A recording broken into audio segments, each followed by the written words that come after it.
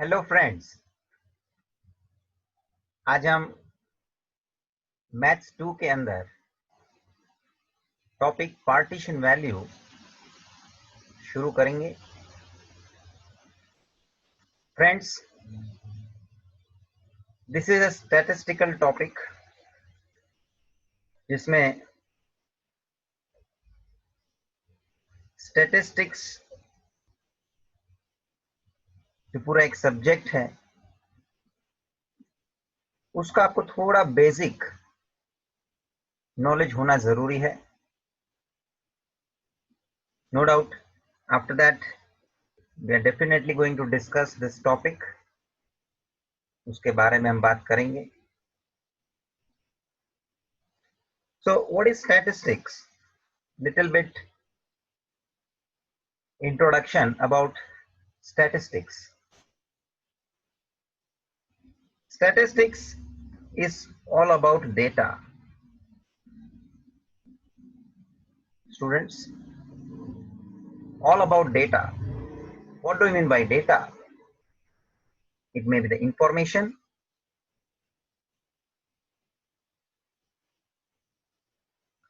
about particular study what we are going to do, information regarding any specific phenomena. For example, if I would like to collect data about the marks you have scored in your preliminary exams, so it may be a marks.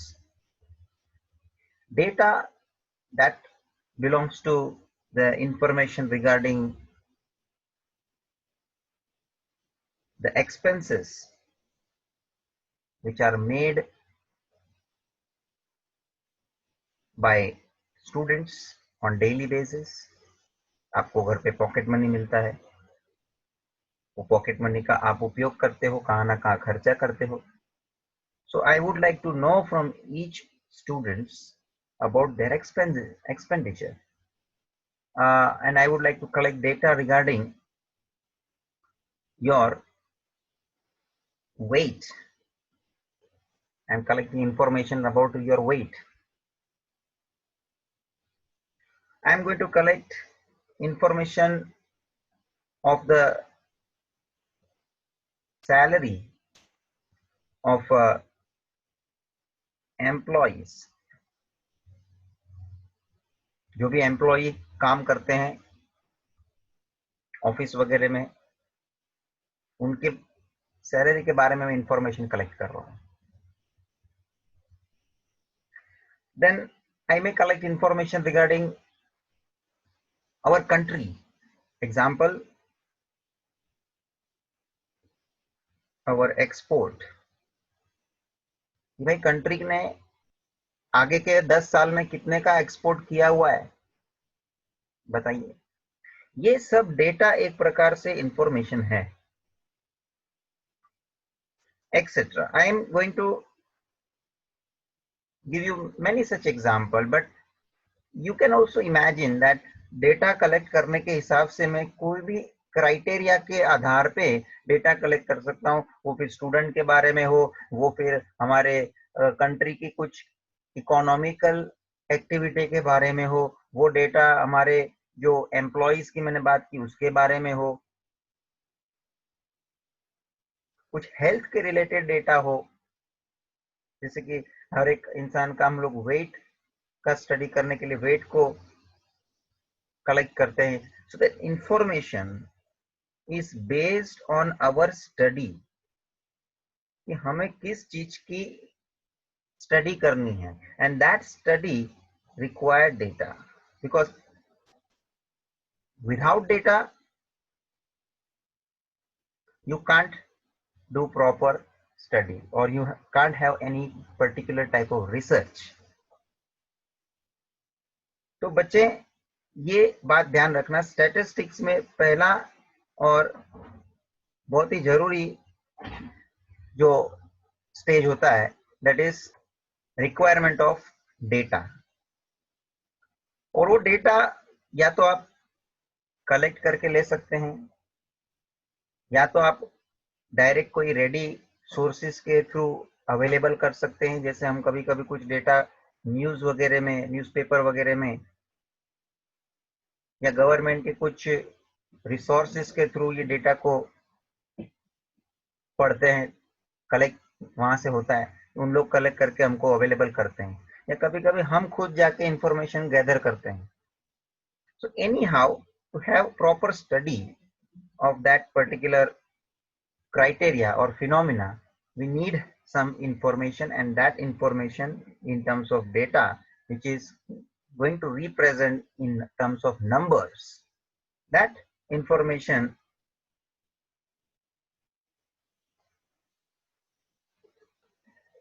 can be in terms of numbers, which we call as numerical data.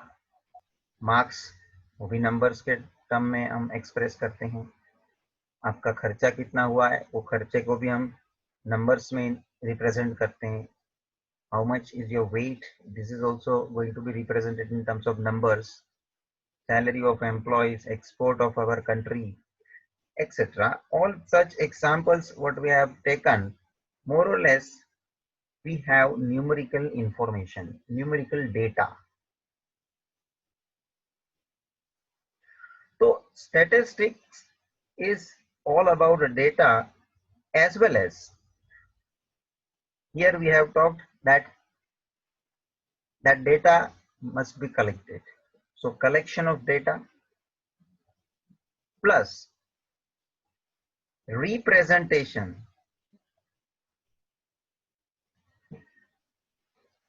of that data. So not only just information is to be collected, it should be further representation. उसका जो होना है वो भी proper एक format में होना है, उसका एक प्रॉपर स्टाइल होना है, तब जाके हम उसको बराबर से रीड कर सकते हैं। तो data must be proper represented and it will B represented in certain formats. Thirdly, that data is available for further interpretation and conclusions.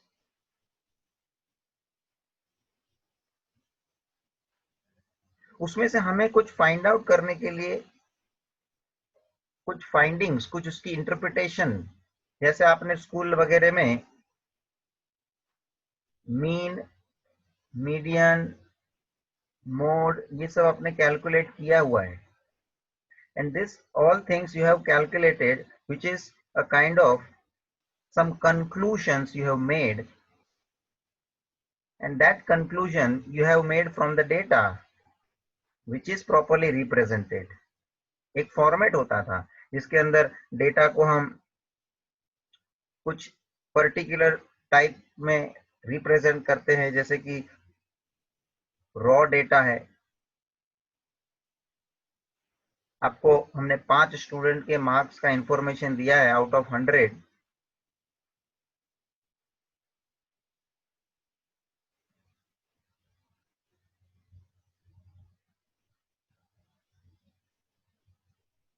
तो ये रॉ डेटा हो गया। उसके बाद सेकेंड स्टाइल जो होता है, उसमें हम x or f, that x may be the marks and frequency may be the number of students, that may be भाई 60 मार्क्स वाले कितने स्टूडेंट्स हैं, 71 मार्क्स वाले कितने स्टूडेंट्स हैं, 80 मार्क्स वाले कितने स्टूडेंट्स हैं, 85 मार्क्स वाले कितने स्टूडेंट हैं, एक्सेट्रा।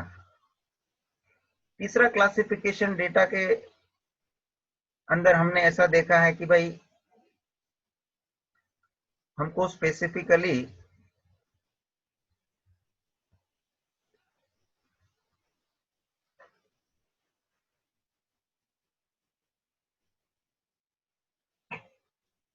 वर्कर फैक्ट्री में काम करते हैं उसको वेजेस मिलता है, उनको जो पैसा मिलता है उसको हम वेजेस बोलते हैं, दैट इज क्लासिफाइड कि भाई जिनको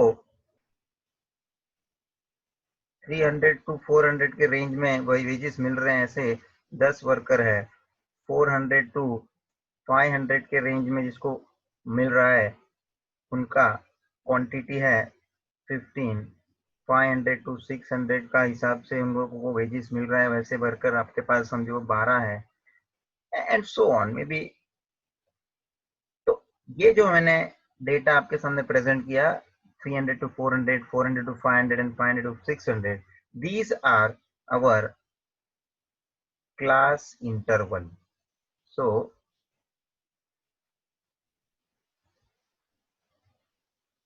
class interval type data, earlier जो हम सेकेंड टाइप का क्लासिफिकेशन हमने देखा उसको हम डिस्क्रीट डेटा बोलते हैं, और हमने फर्स्ट टाइप जो देखा दैट वाज रॉ डेटा, उसमें एग्जैक्ट जो भी इंफॉर्मेशन है वो मेंशन किया जाता है। तो ये जो डेटा का डिस्क्रिप्शन हमने देखा कि किस स्टाइल से उसको प्रेजेंट किया जाता है, ये जरूरी है। So statistics is all about collection of data, classification and representation of data, and finally it has some systematic interpretation which can be concluded out of it. For example, mean median mode जैसा आपने ढूंढा है वो हम conclude करते हैं ढूंढ के, वो हमारा एक इंटरप्रिटेशन बनता है, उसके थ्रू हम लोग कुछ जजमेंट ले सकते हैं। तो ये जो हम फाइंडिंग करते हैं वो फाइंडिंग विदाउट डेटा इम्पॉसिबल है, डेटा तो चाहिए। एंड इसीलिए फर्स्ट हमारा बात डेफिनेशन में स्टैटिस्टिक्स के अंदर डेटा के बारे में आता है, that data can be for any specific purpose, any specific study that we want to do. After collecting the data, we have to organize that data properly, हमें उसको क्लासिफाई करना है, टेबुलेट करना है, जिससे कि वो प्रॉपरली रीड कर सकते हैं। न्यूज़पेपर में आप देखो काफी कुछ डेटा उन लोग प्रॉपर टेबल में, प्रॉपर फॉर्मेट में, कभी कभी डायग्राम के थ्रू उन लोग रिप्रेजेंट करते हैं, पाई चार्ट है, बार डायग्राम है, ऐसे अलग अलग ग्राफिकल रिप्रेजेंटेशन भी करते हैं। Otherwise people are not going to read when it is given in description, पूरा का पूरा पैराग्राफ दे देंगे तो कोई नहीं पढ़े, लेकिन वो उसको ग्राफ के फॉर्मेट में या टेबल के फॉर्मेट में देते हैं तो लोग इजीली रीड कर सकते हैं।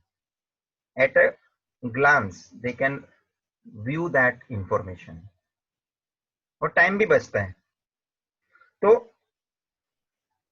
स्टैटिस्टिक्स का यही एक हमारा ऑब्जेक्टिव है कि डेटा को बराबर से हम फिल्टर करें, और फिल्टर करके उसको प्रॉपरली उसके रीडेबल फॉर्मेट में हम उसको प्रेजेंट करें।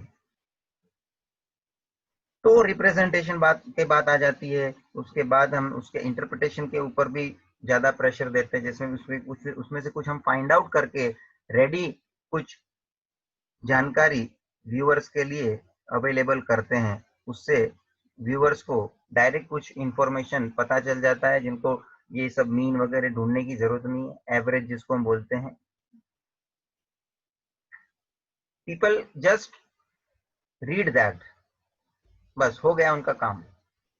तो डेटा का जो मैंने फॉर्मेट यहाँ दिखाया है, ये सब बेसिक फॉर्मेट है डेटा का, अपने रिप्रेजेंटेशन ऐसा। स्कूल लेवल में भी आपको ये मीन मीडियन मोड का जो कैलकुलेशन आपने किया है उसमें भी इस टाइप के डेटा के हिसाब से आपने इंफॉर्मेशन स्टडी में लिया है। तो यहाँ पे ये स्टैटिस्टिक्स के बारे में मैंने थोड़ा आपको क्लैरिफिकेशन किया है, and now we will move towards our topic, that is partition values. ये भी स्टैटिस्टिक का एक टॉपिक है, इसमें भी बहुत सारी चीज हम फाइंड करते हैं, finding of various measures.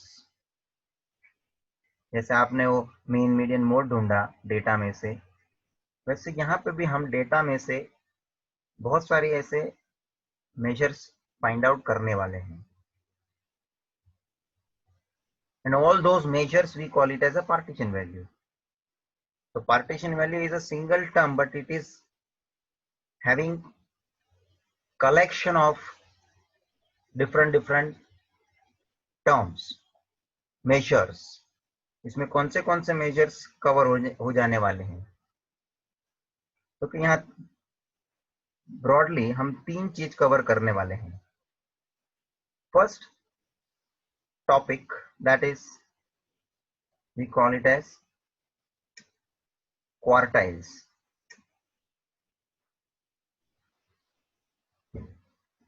Second thing, we are covering deciles. And third thing we are going to cover, that is called as percentiles. Now what is the meaning of partition value? If we broadly define this term, partition value, that is partition value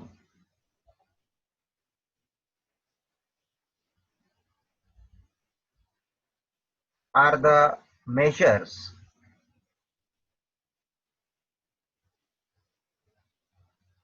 of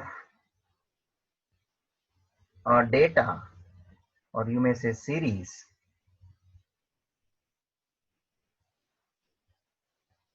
which divide the data into number of equal parts. For example,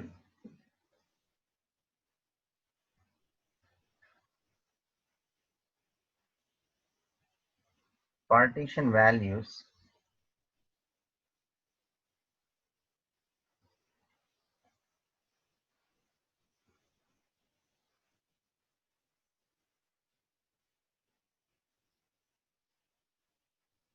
is a median, partition values,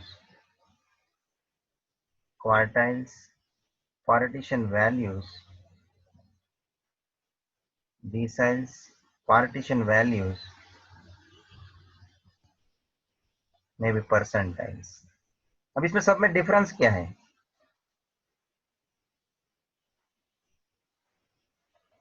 What are these partition values indicates? पहले तो हम definition पे आते हैं. It is a measure जिसके कारण data को हम इक्वल पार्ट में डिवाइड करते हैं. पूरा डेटा है, तो ऐसे पार्ट में डिवाइड किया जिससे उसके इक्वल पार्ट्स हो गए. कितने इक्वल पार्ट्स हो गए? तो पूरे डेटा को आप चाहो उस प्रकार से इक्वल पार्ट में डिवाइड कर सकते हो. तो मेजरली हम लोग किस तरह से डिवाइड करते हैं? क्योंकि मीडियन का जब हम बात करें तो पूरे डेटा को हम 2 इक्वल पार्ट में बांट देते हैं.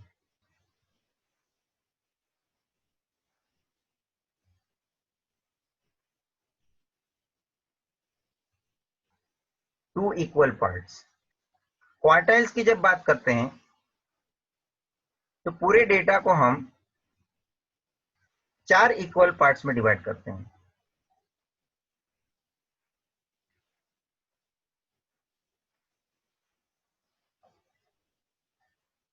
और जब हम डिसाइल की बात करते हैं तो पूरे डेटा को 10 इक्वल पार्ट्स में बांट देते हैं.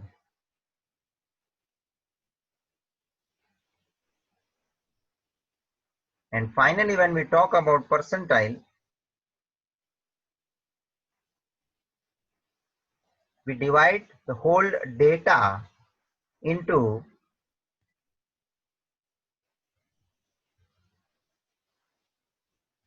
100 equal parts.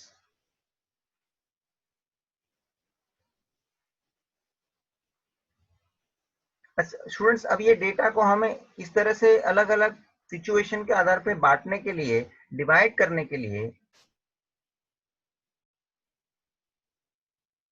हमें एक स्पेसिफिक पॉइंट पे उसको कट करना पड़ेगा। आप कोई एक रस्सी के टुकड़े को दो पार्ट में जब आपको उसको बांटना हो तो बीच में उसको कैंची से आप कट करोगे कि नहीं? रस्सी के टुकड़े को दो पार्ट में, दो इक्वल पार्ट में आपको बांटना हो, तो when I say when I have to cut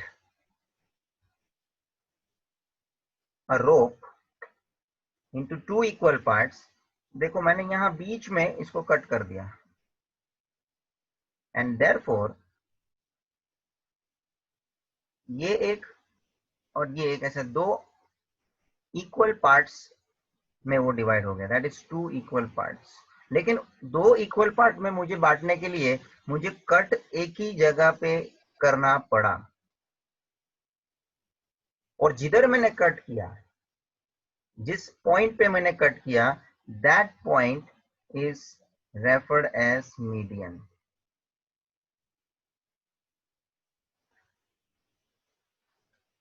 मतलब दो टुकड़े जो हो गए 50-50% में इक्वल पार्ट्स, मैंने ऊपर लिख ही लिया हुआ है, टू इक्वल पार्ट्स, दो इक्वल पार्ट में बढ़ गए। So a point at which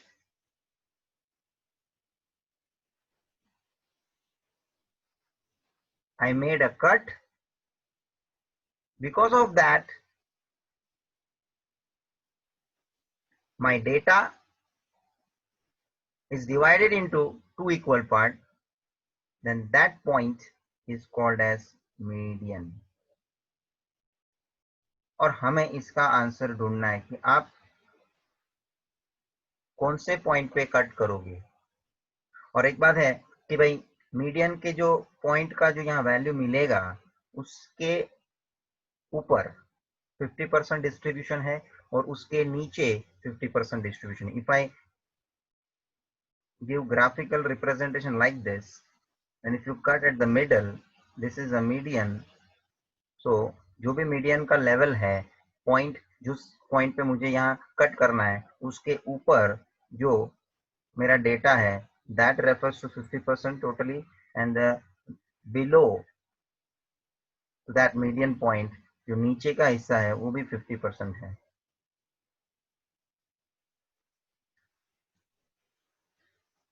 so this is our median। second is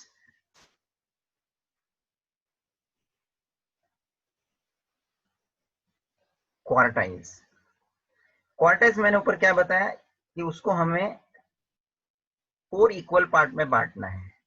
तो स्टूडेंट वही मैं आपके सामने एग्जांपल रखता हूं। मेरे पास एक रस्सी का टुकड़ा है और इसको मुझे 4 इक्वल पार्ट में बांटना हो, तो मैं सबसे पहले बीच में कट करूंगा जिससे कि ये 2 इक्वल पार्ट में बट जाएगा।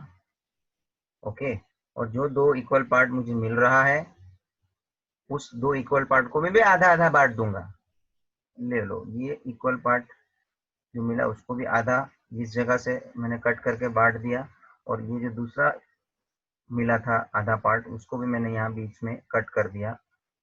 अब आप देख सकते हो this each part I am getting equal, that I have divided into the 4 equal parts। जो मैंने यहाँ लिखा हुआ है उसके आधार पे मैं सेटिस्फाई कर रहा हूँ। ये डायग्राम को देखो, so I have divided this whole portion into 4 equal parts। और एक बात, यहाँ आपको 4 इक्वल पार्ट में बांटने के लिए 3 बार कट करना पड़ा। एक मैंने पहले सबसे पहले बीच में किया था कट, उसके बाद बाकी ये दूसरा और ये तीसरा कट किया। इस this way I have made a cut 3 times. Okay, तो अब आप जरा ऑर्डर से देखिए तो कि ये जो पॉइंट 3 बार कट करने पे उस जगह पे मुझे जो मिल रहा है जो point, that is our 3 quartiles. Now this is in the middle, this was the median. उसके कारण तो 2 इक्वल पार्ट में बढ़ गया था मेरा पूरा डेटा, और जब मैंने वो 2 आधे पार्ट को भी वापस 2 आधे पार्ट में डिवाइड करना पड़ा, तो यहाँ एक बार कट किया और यहाँ एक बार कट किया, तो इससे टोटल तो 4 इक्वल पार्ट बन गए। टोटल तो 4 इक्वल पार्ट बन गए। लेकिन मैं यहाँ एक और पॉइंट इंडिकेट करना चाहता हूँ, जब मीडियन में मैंने 2 इक्वल पार्ट में उसको बांटा तो कट एक बार करना पड़ा, तो number of cut is 1।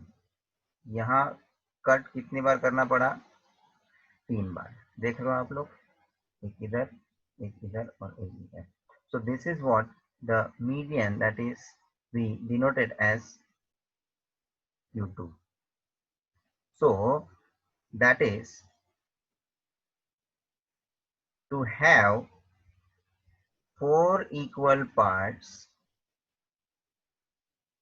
we cut 3 times.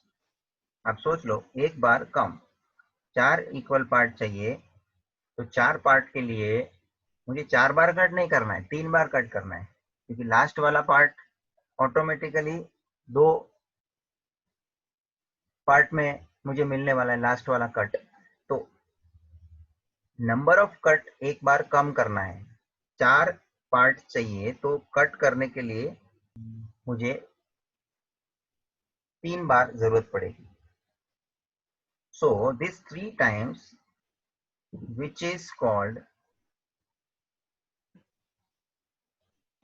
3 quartiles। 3 quartiles। तो ये हो गया मेरा first quartile,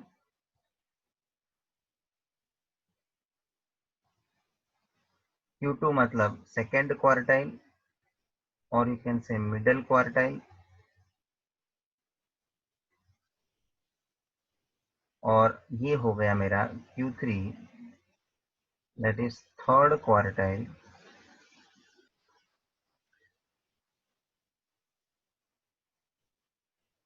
so Q1, Q2 और Q3 ये तीनों के तीनों है, इसको हम लोअर क्वार्टाइल भी बोलते हैं, इसको हम मिडल क्वार्टाइल बोलते हैं, may be you can say median, और ये है अपर क्वार्टाइल। बराबर है। तो अलग अलग इस प्रकार से हम उसको, उसके अलग अलग टर्म्स हैं जिससे हम उससे रिप्रेजेंट कर सकते हैं। तो this particular thing can also be noticed with this diagram. देख लो, और Q1, Q2 और ये Q3 के हिसाब से आप जिस तरह से वर्टिकल डायग्राम देखते हो, तो ईच पार्ट इज ऑफ 25%। जैसे ऊपर मीडियन में मैंने 2 पार्ट किया था, 50-50% में बटा था। देख लो, same type of diagram, 50-50%, but here there are 4 equal parts, so each part will be of 25% each। और इसके हिसाब से आप प्रॉपरली इसका इंटरप्रिटेशन लेते हो, तो Q1 एक ऐसा लेवल है, या आपने कट किया था वो एक ऐसा लेवल पे आपने कट किया हुआ है जो Q1 के ऊपर, Q1 के ऊपर तो के 75% डेटा लाई करता है, और Q1 के नीचे 25% डेटा लाई करता है। I repeat, Q1 is a level above which, above मतलब उसके ऊपर क्योंकि 75% डेटा अलाई करेगा। देखो ना 25, 25, 25 तीन पार्ट्स है, एंड Q1 के नीचे बिलो क्योंकि 25% डेटा लाई करेगा। अब हम Q2 के पॉइंट ऑफ व्यू सोचते हैं, तो जरा आप प्रॉपरली समझ लेंगे कि Q2 के ऊपर above Q2 level there are 50% data available, and below Q2 level we have 50% remaining, क्योंकि Q2 मिडिल लेवल पे है, मिडिल कट है। So as for Q3 we define position of Q3, तो Q3 के ऊपर क्योंकि 25% डेटा अवेलेबल है, and Q3 के नीचे 75% डेटा अवेलेबल है। तो मैंने ये आपको बताया था कि पूरा जो डिस्ट्रीब्यूशन है, डेटा है जो हमारे पास, उसको हम इक्वल पार्ट्स में बांट रहे हैं। यही मेरा स्टार्टिंग का डेफिनेशन जो था पार्टीशन वैल्यू का। And now we are dividing accordingly, कि जिसमें हमने अलग अलग कैटेगरी में उसको डिवाइड करने का सोच लिया है, कि जैसे मीडियन में 2 इक्वल पार्ट में डिवाइड किया, तो कि क्वार्टाइल्स में आप 4 इक्वल पार्ट में, तो ये जो 4 इक्वल पार्ट मिलते हैं उसको हम बोलते हैं क्वार्टर्स। 4 इक्वल पार्ट्स तो दूसरे शब्द में हम जनरली क्वार्टर्स बोलते हैं। मगर जिस जगह पे मैंने कट किया, जैसे 3 जगह पे मैंने कट किया, एक ऐसा जगह जिसके ऊपर 75% डेटा है और जिसके नीचे 25%, तो ऐसा जगह कौन सा है, तो कि Q1 का ये पॉइंट, उस पे मैंने कट किया, तो that becomes quartile. So a point or a level where a cut is made is our quartile, and due to that cut 4 equal parts what we got, they are called as quarters. तो quartile क्योंकि जिस जगह पे जो point पे cut किया है वो, और क्वार्टर्स मतलब जो हमें 4 इक्वल पार्ट्स मिले। इनमें इट मींस क्वार्टाइल्स 3 होते हैं,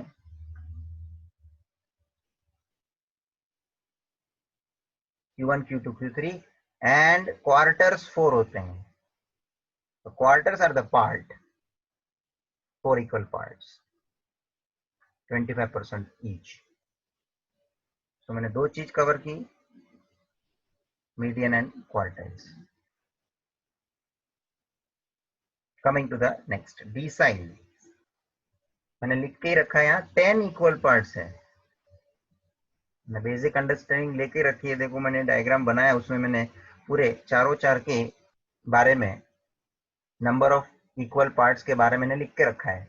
तो मेरे को बताइए, जैसे अभी क्वार्टाइल्स के टाइम 3 बार कट करने पे 4 इक्वल पार्ट मिलता था, वैसे ही मेरे को यहाँ डिसाइल में 10 इक्वल पार्ट चाहिए, 10 इक्वल पार्ट्स चाहिए, तो कितनी बार कट करना पड़ेगा?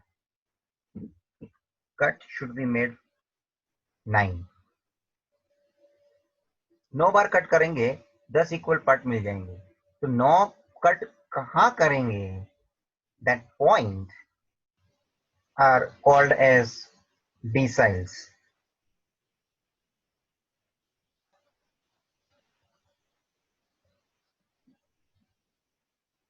So we'll write about deciles कि उसी तरह से मेरे पास एक रस्सी का टुकड़ा है और उसको मुझे 10 इक्वल पार्ट्स में बांटना है।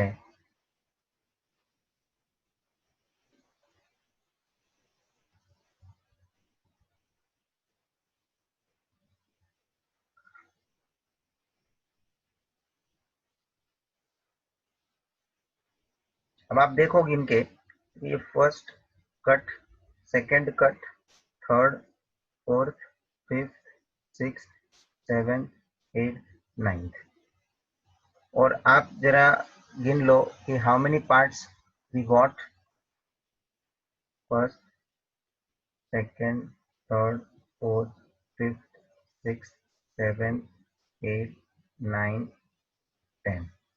So 10 parts we are getting, and we are cutting at 9 places. Those 9 places where this cut is made, they are our deciles. We represent it by D1, D2, D3, D4, D5, D6, D7, D8, D9. So total number of parts is 10 with the help of 9 deciles. That cut which I have made, due to which 10 parts मिल जाता है, equal parts. So number of equal parts. Okay. और we represent deciles by D. जैसे हमने आगे quartiles Q से represent किया है, वैसे ही decile we represented by D. तो सबसे पहले ये मैंने बीच में जो कट किया, जिससे कि पूरा डेटा मेरा 2 इक्वल पार्ट में बट गया. तो अगेन जिधर मैंने मिडल पे कट किया है वो तो मीडियन बनना ही है. क्वार्टाइल के केस में भी जैसे मैंने देखो 4 इक्वल पार्ट में मीडियन बताया था, मिडिल पार्ट जब मिडल कट मेरा होगा तो वो मीडियन बनना ही है, but it was represented as quartile Q2. Here again that middle cut, when I have done that part, middle cut का रिप्रेजेंटेशन डिसाइल के टर्म में D5 है, क्योंकि उसका पोजीशन वही है. अब इसको हम डिस्ट्रीब्यूशन में इस तरह से डायग्राम में शो करें. Okay, so this each part representing 10%. So as there are total 10 parts, मिलके 100% हो जाना है. So this is a cut which represent D1, D2, D3, D4, D5, D6, D7, D8 and D9. Students, अब मैं interpret करूं तो क्या D1 के बिलो कितना डेटा होगा? 10% data will be there below D1 and above D1 it will be 90%. D2 के नीचे कितना डेटा होगा, कितना डिस्ट्रीब्यूशन होगा? 10% प्लस 10%, 20%. D2 के नीचे.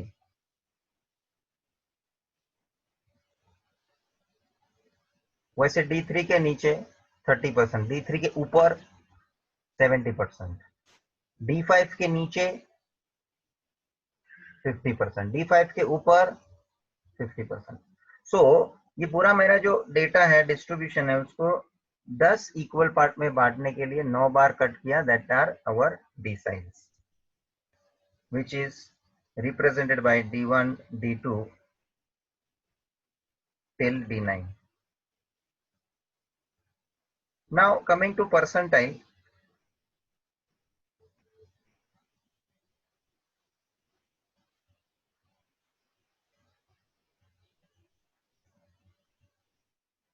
To get 100 equal parts,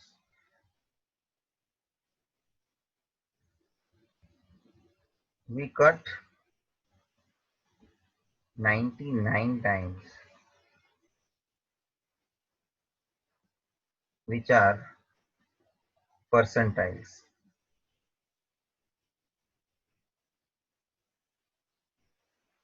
So 100 equal part चाहिए आपको, तो 99 टाइम्स आपको कट करना पड़ेगा. And that point at which you are going to make a cut, they are our 99 percentiles. क्योंकि हमें कट कितनी बार करना पड़ेगा? 99 टाइम्स. तो percentile we represent as first percentile P1, P2 and so on till P99। इसमें बीच में आएगा P25, P50, बीच में इधर आएगा P75। और आप मैंने ये इसलिए भी रखा है ध्यान में लाने के लिए क्योंकि P25, P50, P75 can also be considered as Q1, Q2 and Q3, and this Q2 nothing but median, so P50 is also median। उसका पोजीशन वही आएगा क्योंकि P50 के नीचे 50% डेटा होगा और P50 के ऊपर 50% डेटा होगा। वही हम Q2 में बोलते थे, Q2 above Q2 50% data, below Q2 50% data. और उसी जगह पे हम उसको D5 का भी रिप्रेजेंटेशन दे सकते हैं बिकॉज D5 के ऊपर 50%, D5 के नीचे 50%। So these are some common cut where this thing can be shown कि भाई यहाँ Q1 और P25 सेम होना है, यहाँ पे Q2, D5, P50 का वैल्यू सेम होना है, यहाँ पे Q3 और P75 सेम होना है। और एक आपको कंपैरिजन बता दूं, परसेंटाइल आपने यहाँ लिखा है इस तरह से, लास्ट है P99, बीच में आपके पास आता है P10, P20, P30, P40, P50, P60, okay, P90। What I wanted to show here, मैंने परसेंटाइल शो तो किए लेकिन मैंने यहाँ देखो बीच के P10 से लेके P90 तक के परसेंटाइल बीच के शो किए हैं। What does it represent? ये P10 के जगह पे होगा हमारा डिसाइल का पोजीशन D1, P20 की जगह पे होगा D2, D3, D4, D5, D6, D7, D8, D9। क्योंकि वापस वही बात आ गई ना कि D5 के नीचे तो 50% डिस्ट्रीब्यूशन है, D5 के ऊपर तो 50% डिस्ट्रीब्यूशन है। Same way we discussed, P50 के नीचे 50% है, P50 के ऊपर 50% है, तो द पोजीशन इज सेम क्योंकि percentage data above and below in terms of proportion it is same. उसी तरह से रैंडमली मैं कुछ भी आपको एक आध पॉइंट डिस्कस करूं, सपोज P70 के बारे में हम बोलें कि P70 के ऊपर 30% डेटा है और P70 के नीचे 70% डेटा है। In the same way for D7 we can interpret that D7 के ऊपर 30% डेटा है और D7 के नीचे 70% डेटा है। In terms of proportion it is same, therefore their position is also same। तो ये कुछ कंपैरिजन है जो आपको क्वार्टाइल, डिसाइल और परसेंटाइल, साथ में मीडियन आ ही गया, साथ में मीडियन आ ही गया। So with this I can say this partition value I have bifurcated in 4 parts which can be bifurcated into 3 parts। क्यों?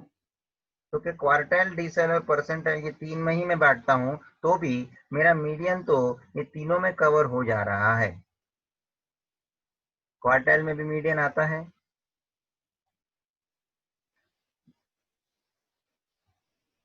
देख लो, डिसाइल में भी यहाँ D5 मतलब मीडियन आता है, और ये परसेंटाइल में P50 में भी मीडियन इन्वॉल्व है। So median is in these 3 partition values, quartile, decile and percentiles, students, and therefore chapter के नाम के हिसाब से पार्टीशन वैल्यू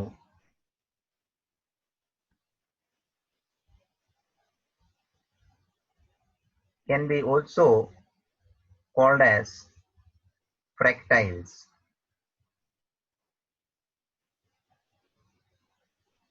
और measures of position.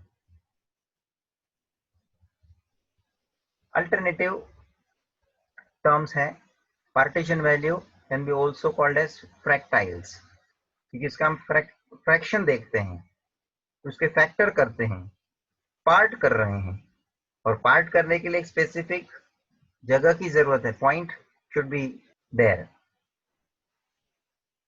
And same way we can also say it is a measure of position, because उस positions के आधार पे नक्की होता है parts, कौन से जगह पे हम कट करेंगे, it is very important. So this way these are the alternate name we can say. So students, हम partition value में शुरुआत क्वार्टाइल से करेंगे, then decile and then percentile. अब हम उसके कैलकुलेशन के ऊपर आगे बढ़ते हैं. We'll discuss about its formulas, how to find, what is the procedure. कि मीडियन सेपरेटली अलग से करने की जरूरत नहीं, उसमें सब में इन्वॉल्व है. So we begin with first quartiles, Q1, Q2, Q3. सबसे पहले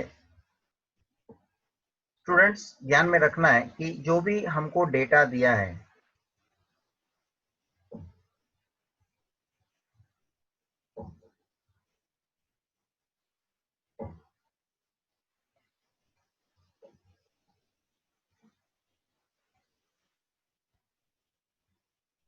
must be arranged in ascending order. ये बात पूरे पार्टीशन वैल्यू के लिए लागू होती है. Any partition value you find, data should be arranged in the ascending order.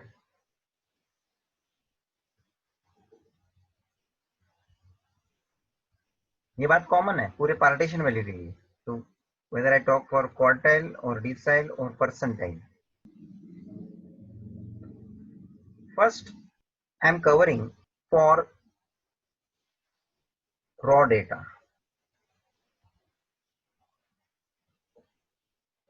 Raw data, that is individual data.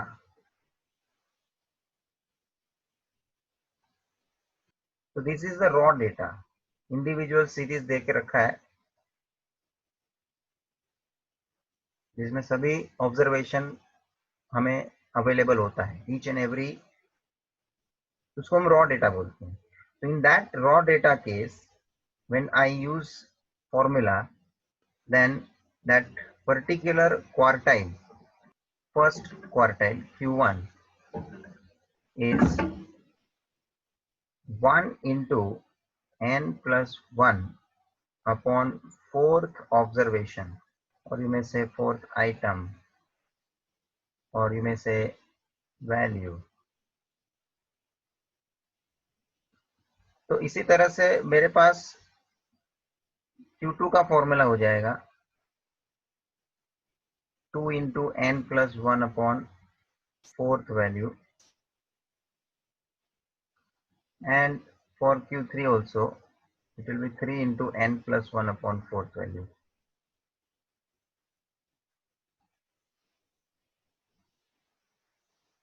So in general,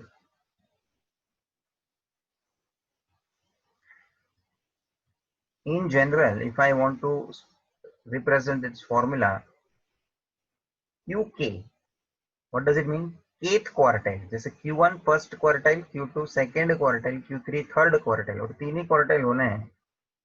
QK, that is kth quartile, K into n plus 1 upon fourth value, where K can be 1, 2, 3.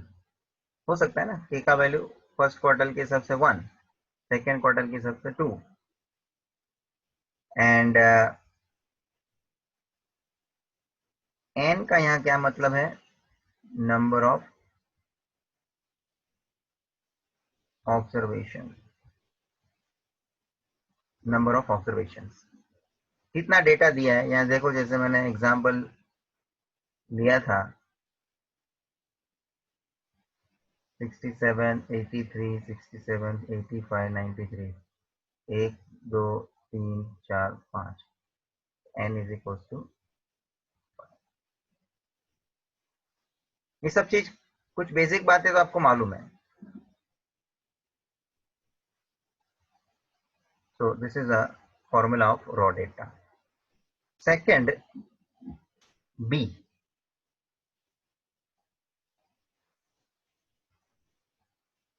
Discrete data होगा तब आपको क्या करना है।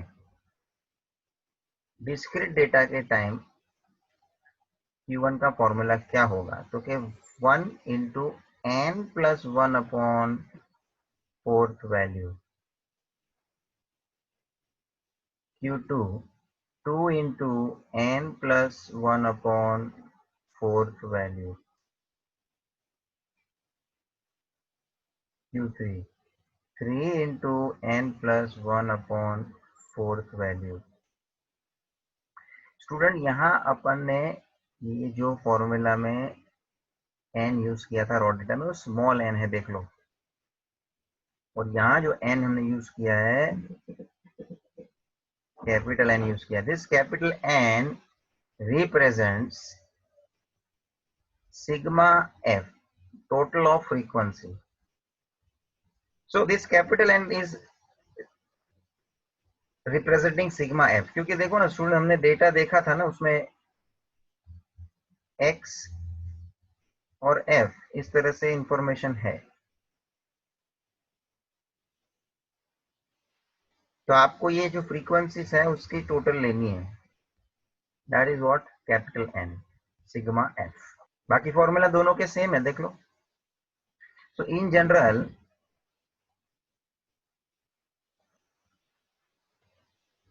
we can say qk is equal to k into n plus 1 upon fourth value. और जो next हमारा discussion रहेगा C for grouped data, class interval type data, frequency distribution. अब यहाँ स्टूडेंट्स सबसे पहले हम क्वार्टाइल क्लास ढूंढेंगे।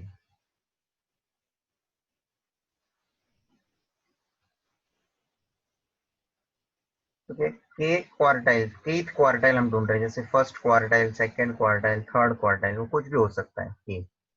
दैट इज क्यू के क्लास। क्या बोलने का, क्यू के क्लास। जैसे नॉर्मली हमको फर्स्ट क्वार्टाइल का क्लास ढूंढना है तो Q1 क्लास, सेकंड क्वार्टाइल का क्लास ढूंढना है तो Q2 क्लास, थर्ड क्वार्टाइल का क्लास ढूंढना है तो Q3 क्लास। तो फॉर्मूला ये है k into n upon fourth value. अब यहाँ आपके पास डेटा जो है वो क्लास इंटरवल के बेसिस पे है। This is class interval and this is your frequency, जैसे 10 to 20, 20 to 30, 30 to 40। तो मेरा क्वार्टाइल कौन से क्लास में होगा,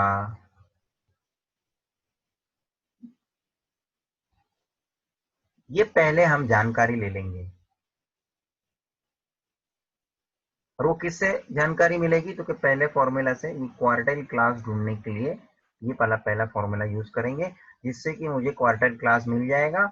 और फिर क्वार्टाइल क्लास मिलने के बाद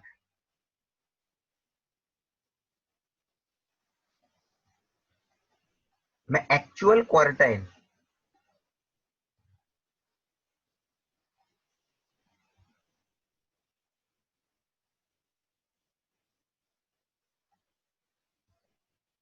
ढूंढ पाऊंगा। सो फैन actual quartile I have to find, what will be the formula, that is समझो मैं के क्वार्टाइल ही ढूंढ रहा हूँ, केथ क्वार्टाइल के लिए फॉर्मूला बनाओ, फिर वो के क्या हो सकता है, 1 2 3 बराबर। सो L1 प्लस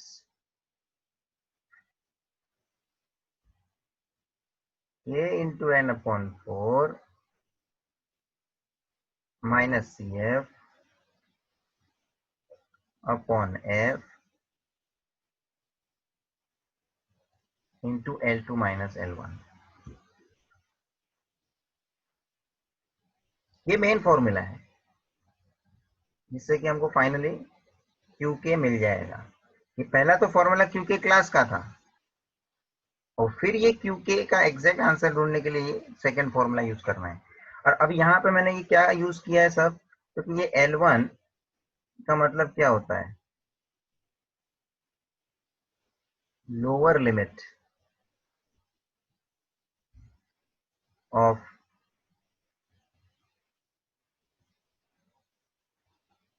क्यूके क्लास।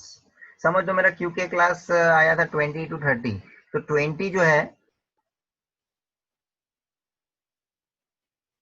वो मेरा लोअर लिमिट L1, और 30 जो है वो मेरा अपर लिमिट है L2। तो L2 will be what,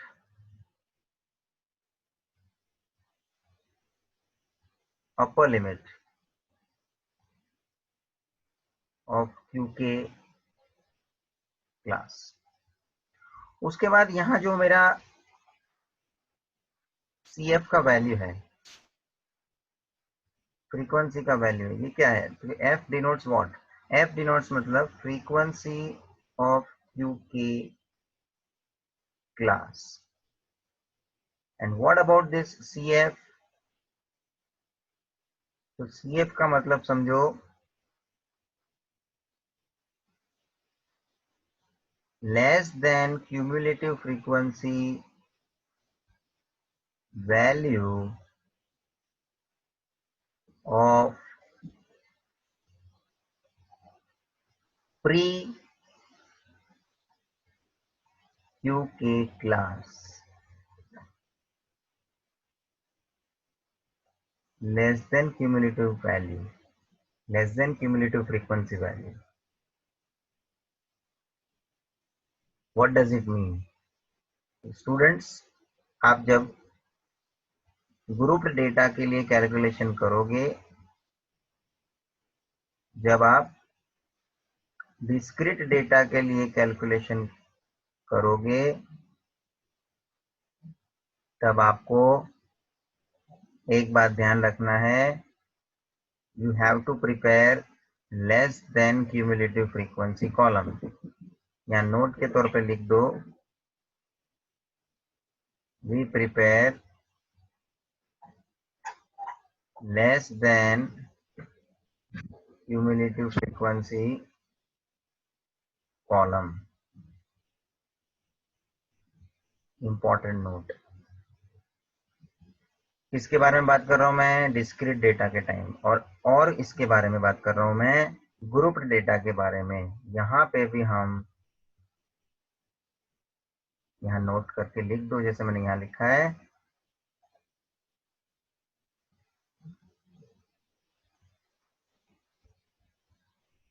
we prepare less then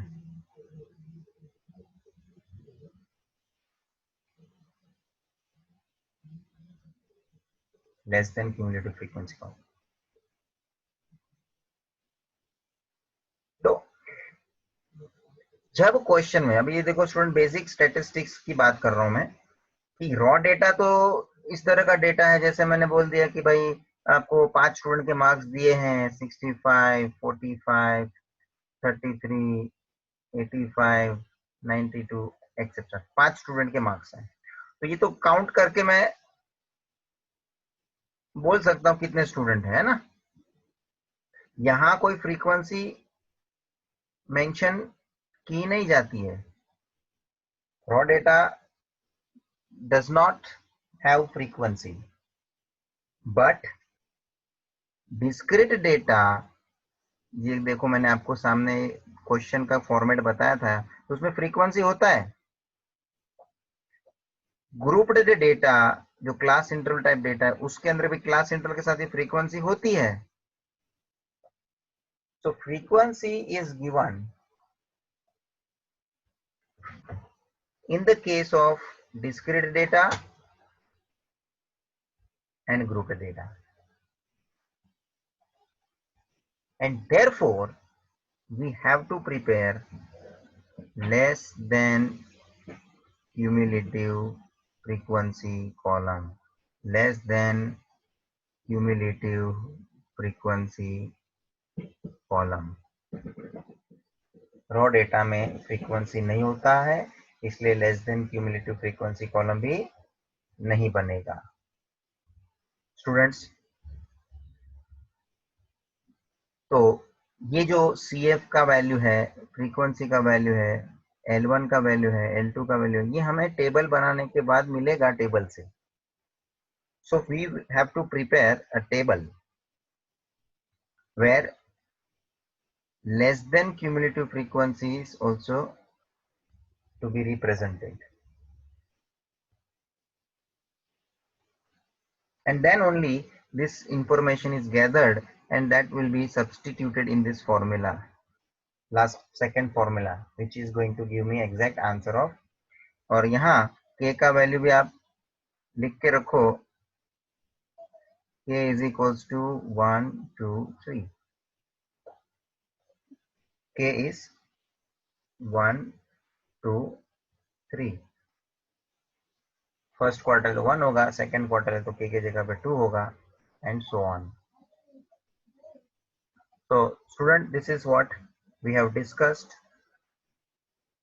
quartile. In the next session we will talk about decile, उसके फॉर्मूला के बारे में, और फिर परसेंटाइल के बारे में हम आगे बढ़ेंगे. This much part you properly note down, बराबर से नोट्स मेंटेन करो, and please repeat this theory part and the formula. Thank you friends.